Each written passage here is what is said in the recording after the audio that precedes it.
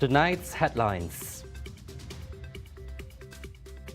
Former State Secretary passed away at 70. Celebrating 5 years milestone of SRDC. Bridging the infrastructural gap between rural and urban cities. Hello, good evening. You're now with me, Lorenzo Isaac, and you're watching TVS Nightline.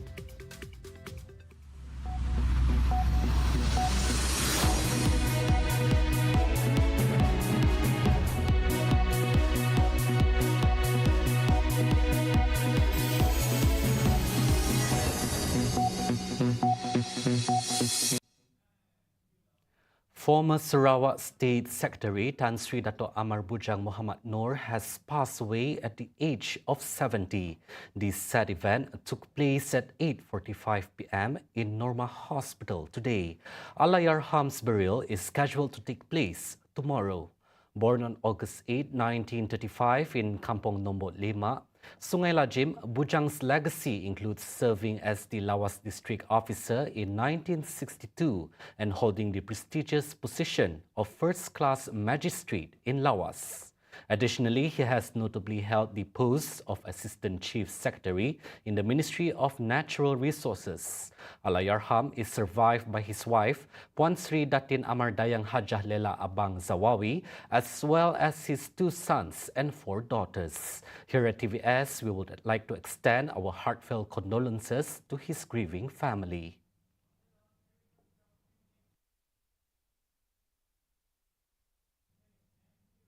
The Sarawak Research and Development Council SRDC celebrated its 5th year anniversary with a grand dinner held at the Pullman Hotel earlier tonight.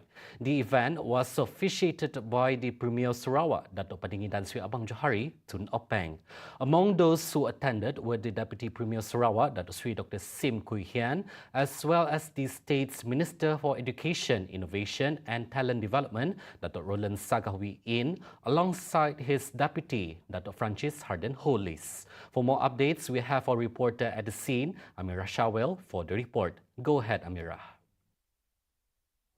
Thank you, Lorenzo. In this joyous occasion tonight, Sarawak Research and Development Council celebrating its 5th year anniversary since its establishment in 2017 with the theme of empowering excellence in research and development with the honorable guest, of course, Premier of Sarawak, Dato' Padinggi Tan Sri Abang Johari Tun Openg.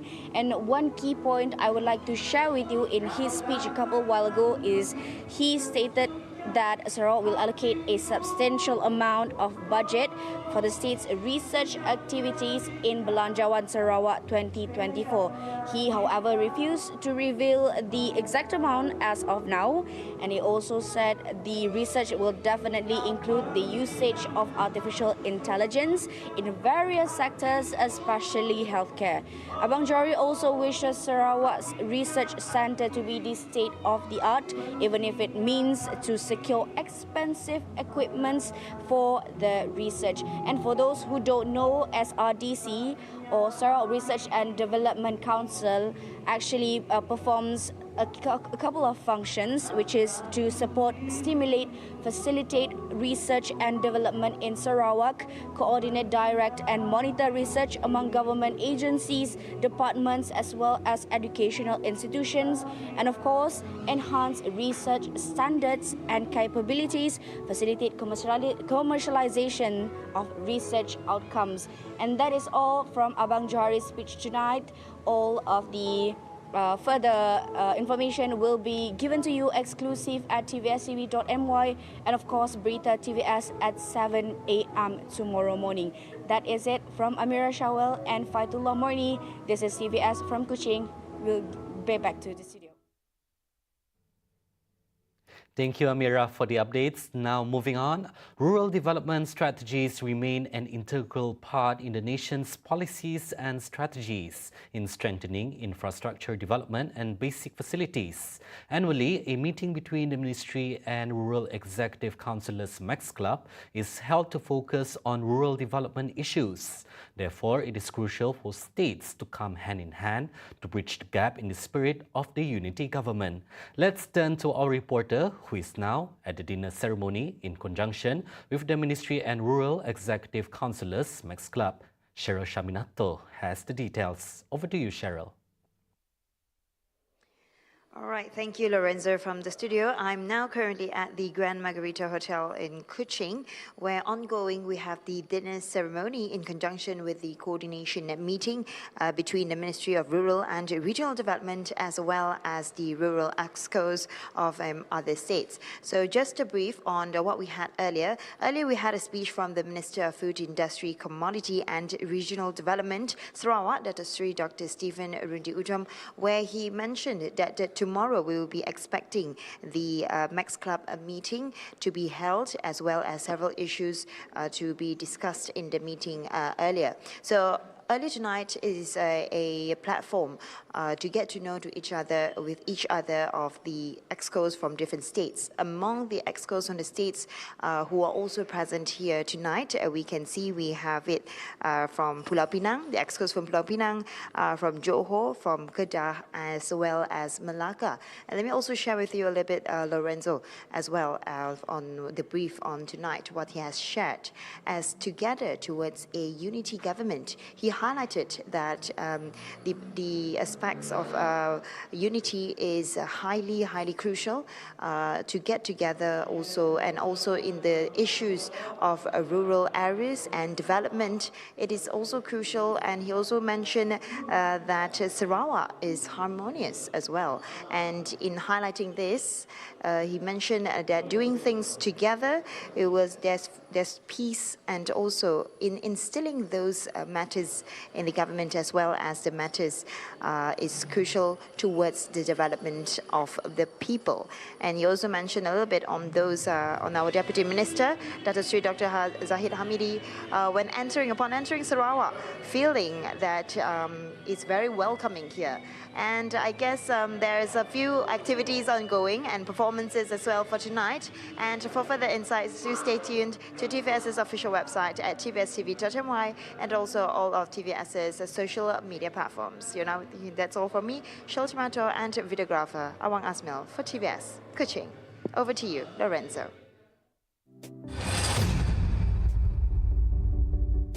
Thank you, Cheryl. And on to our next highlight. All associated events related to the Sarawak Governor Tun Pehin Sri Abdul Taib Mahmud's birthday have been rescheduled. State Secretary Dato' Amar Muhammad Abu Bakar Marzuki in his official statement explained that the events originally planned for October 13 to 15 will now take place at a later date. However, it's important to note that October 14 remained gazetted as the head of state's 87th birthday celebration, and it will remain a public holiday for Sarawak.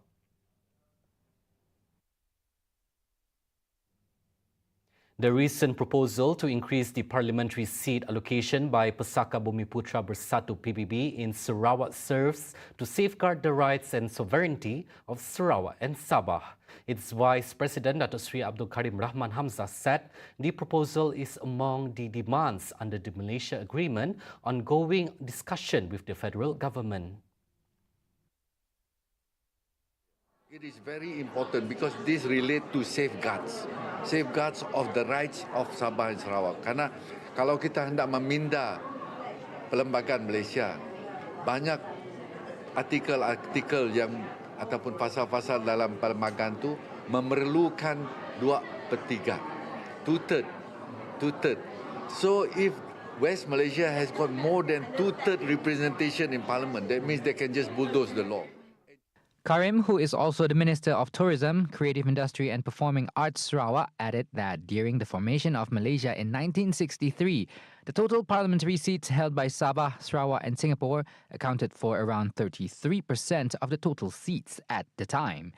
However, when Singapore left Malaysia in 1965, its seats were taken over by Peninsula. Jumlah kerusi yang dipegang oleh Singapura, kalau tak silap saya 15 kerusi. Semuanya diambil oleh Semenanjung Malaysia. Jadi jumlah dalam parlimen, jumlah kota untuk Sabah dan Sarawak yang tinggal kurang daripada 30%. We want to maintain the number of seats that are to be held by Sabah and Sarawak to be at least 30% or 33%, as what our forefathers, when they negotiate for the formation of Malaysia, it was 33%.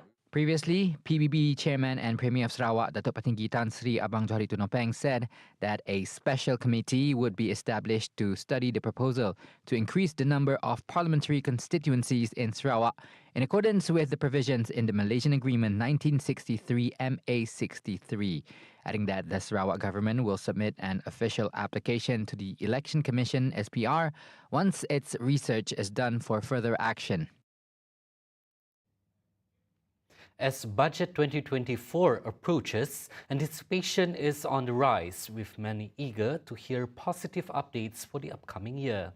Sarawak Tourism, Creative Industry and Performing Arts Minister Datuk Sri Abdul Karim Rahman Hamzah expressed hope for continued benefits for Sarawak, particularly through a well-balanced allocation for rural development.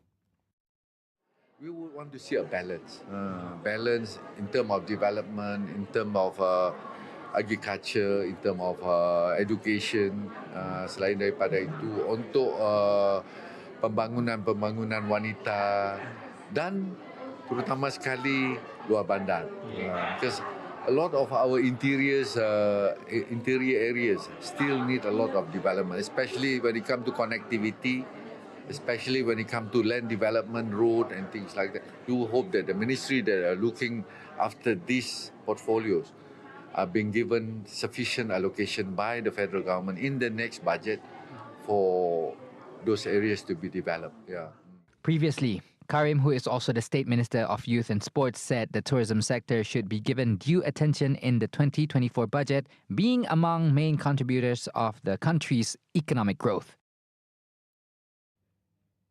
Sarawak's strong economic growth sparks interest and eagerness of expanding their ventures in the gold and accessories sector. Habib Group Chairman Datuk Sri Mir Habib highlights Sarawak's high-income state status acknowledged by the World Bank in July, reflecting the rising purchasing power of its residents. There's a lot of people from outside that's coming in, especially from Brunei, Indonesia, over here. And we foresee Kuching as a very important market for us because with the completion of Pan Borneo Highway soon, as well as the Nusantara that's coming in to Indonesia. So we find this to be a very important market. And we are always looking at a very long-term view of the Sarawak market. And generally in Kuching itself, there's a very high demand for our particular goods because we produce jewelries. He stated this during the launch of the new exclusive venue by Habib, which was officiated by the Minister of Tourism, Arts and Culture Sarawak, Datuk Seri Abdul Karim Rahman Hamzah in Kuching on Tuesday. Mir also stated that the purchase of jewelry in Malaysia is seen not just as ornamentation, but also as an investment. Especially the last 3 years, we can see the business of jewelry has grown quite a bit. Because during the pandemic, we can see that people start to realize that there's good value in jewelry, especially in gold. Because during this period, a lot of countries have borrowed a lot of money, created a lot of debts, and inflation was going up.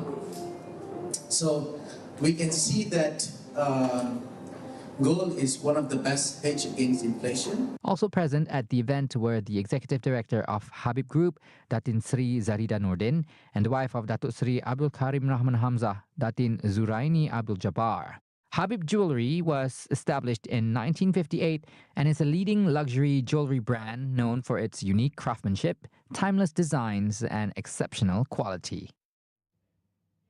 Coming up right after the break, Nusantara region outpacing Sabah and Sarawak. Myanmar flooding, 14,000 people displaced. Only on TVS Nightline, stay tuned.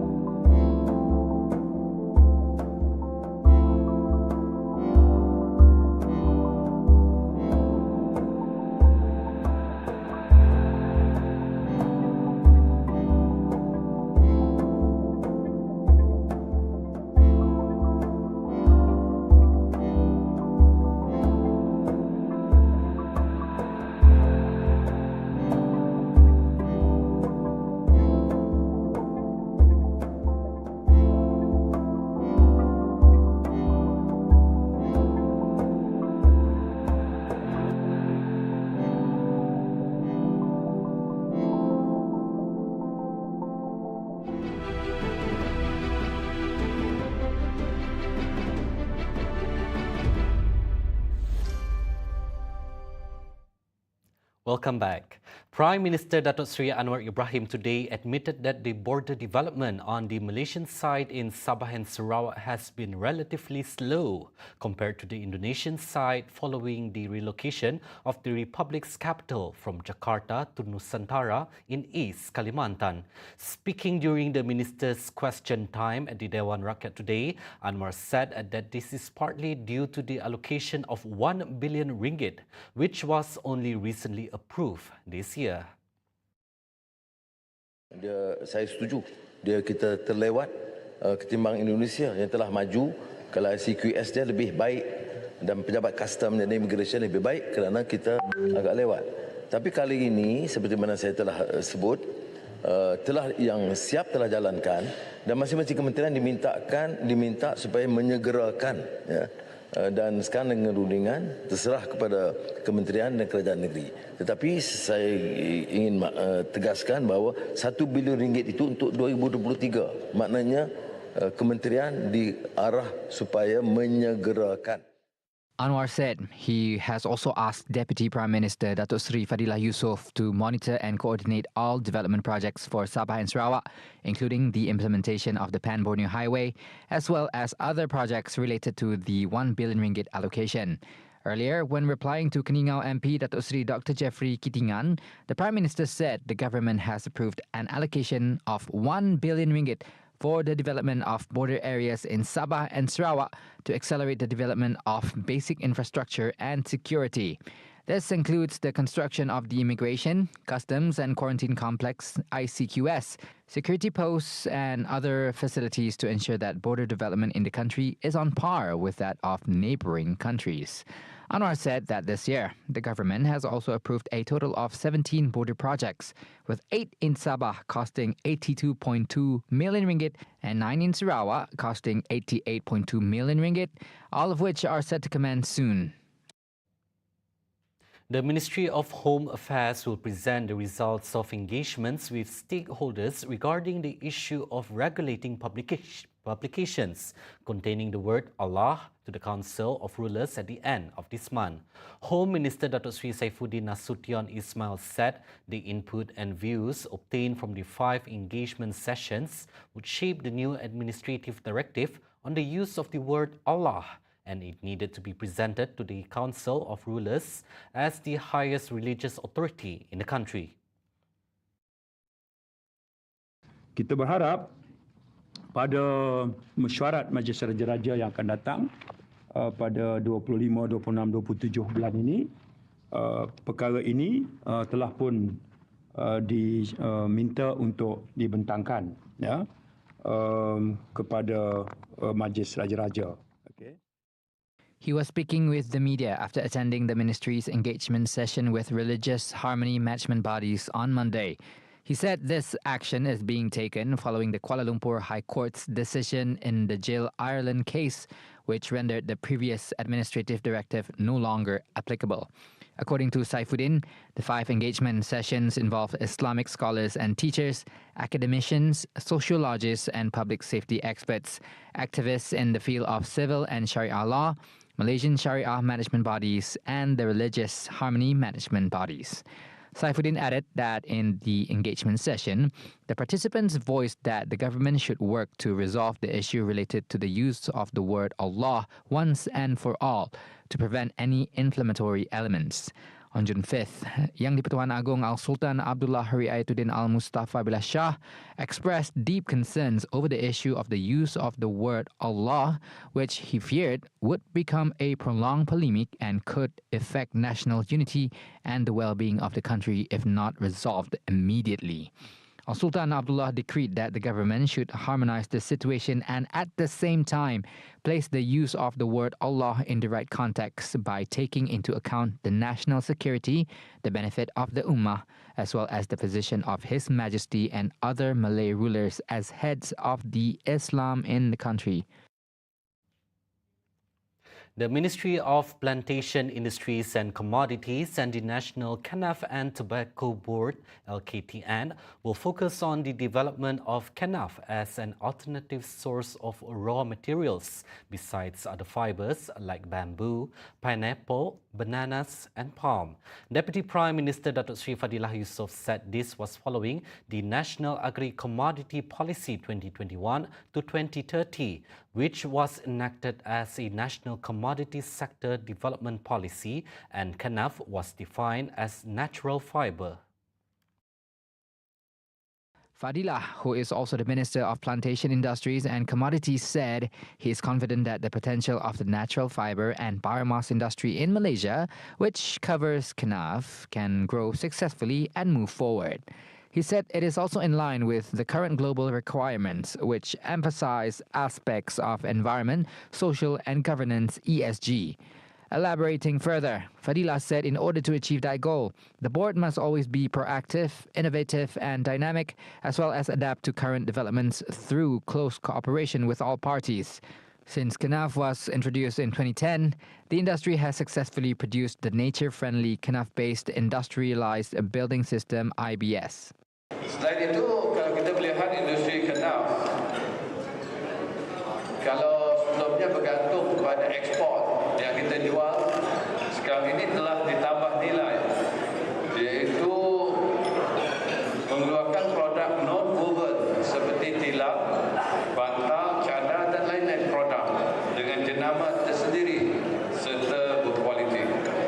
Jadi melalui kerjasama dengan agensi nuklear Malaysia pula, LKTN sedang membangunkan satu lagi variety benih kanaf bertujuan untuk mengurangkan kebergantungan pada variety B36 yang sedang digunakan sekarang. The government acknowledged the necessity of expanding rice cultivation regions in Sabah and Sarawak to enhance rice supply and guarantee national food security.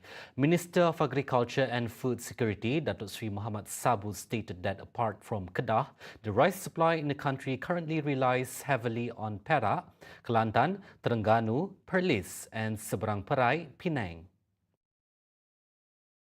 Therefore, his ministry will request allocation in Budget 2024 or any allocation in the near future to improve irrigation systems and increase rice production. Sabu said this during the question and answer session in the Parliament on Tuesday, replying to a question from Lawas MP Datuk Henry Sumagong regarding the government's plan to promote the expansion of rice cultivation in rural areas, given the country's current rice supply issues. Previously, Deputy Prime Minister Datuk Sri Dr. Ahmad Zahid Hamidi stated that Felkra Berhad, would partner with the state governments of Sarawak and Sabah to cultivate 15,000 to 20,000 hectares of land in both states for joint paddy cultivation initiatives.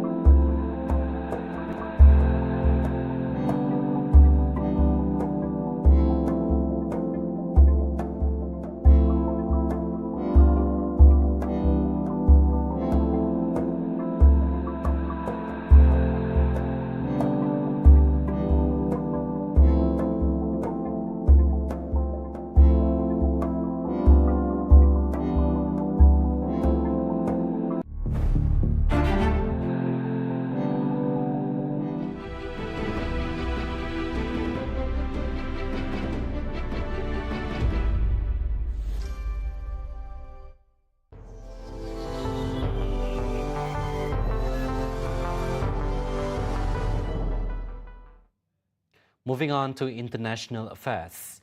Russia said earlier today that it had seen signs that the United States was making preparations at a site in Nevada to resume nuclear testing, but said Moscow would not restart its own testing program unless Washington did. Russian Deputy Foreign Minister Sergei Ryabkov made the comments as the State Duma, the lower house of parliament, urgently studies how best to revoke Moscow's own ratification of a landmark treaty banning nuclear tests. Ryabkov was cited as saying that if the US goes down the testing path, then the position that was stated by the president of the Russian Federation will be triggered, meaning that Russia will be forced to mirror the testing as well. He added that the responsibility for whether the situation arises lies with Washington. Russian lawmakers were given 10 days on Monday to study how best to revoke Moscow's ratification of the Comprehensive Nuclear Test Ban Treaty, CTBT, after President Vladimir Putin held out the possibility of resuming such testing. Putin said last Thursday that Moscow could consider de-ratification to bring itself into line with the United States, which has signed but not ratified the same treaty. Putin's comments were widely seen by Western security experts as signaling that Russia, which has the world's largest nuclear arsenal, was holding out the possibility of resuming testing at a time when it is locked in a standoff with the West over Ukraine. Ryabkov was also cited as saying that Russia felt it had no choice but to align itself with Washington's nuclear testing stance, and that the Russian Foreign Ministry was preparing draft legislation to de-ratify the treaty.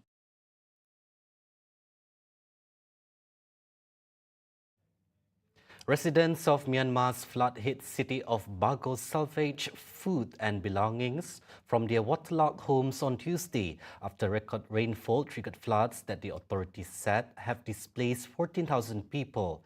The rainy season typically brings months of heavy downpours to Southeast Asian country, but scientists say that man-made climate change is making weather patterns more intense.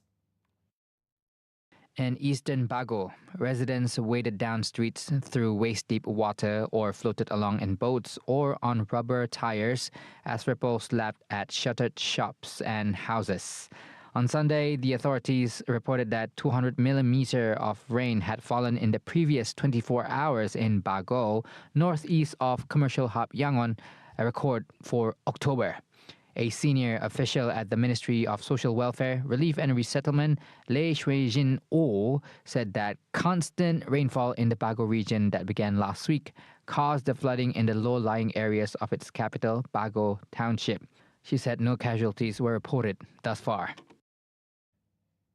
And that's all the updates for TVS Nightline. I'm Lorenzo Isaac. Thank you for watching.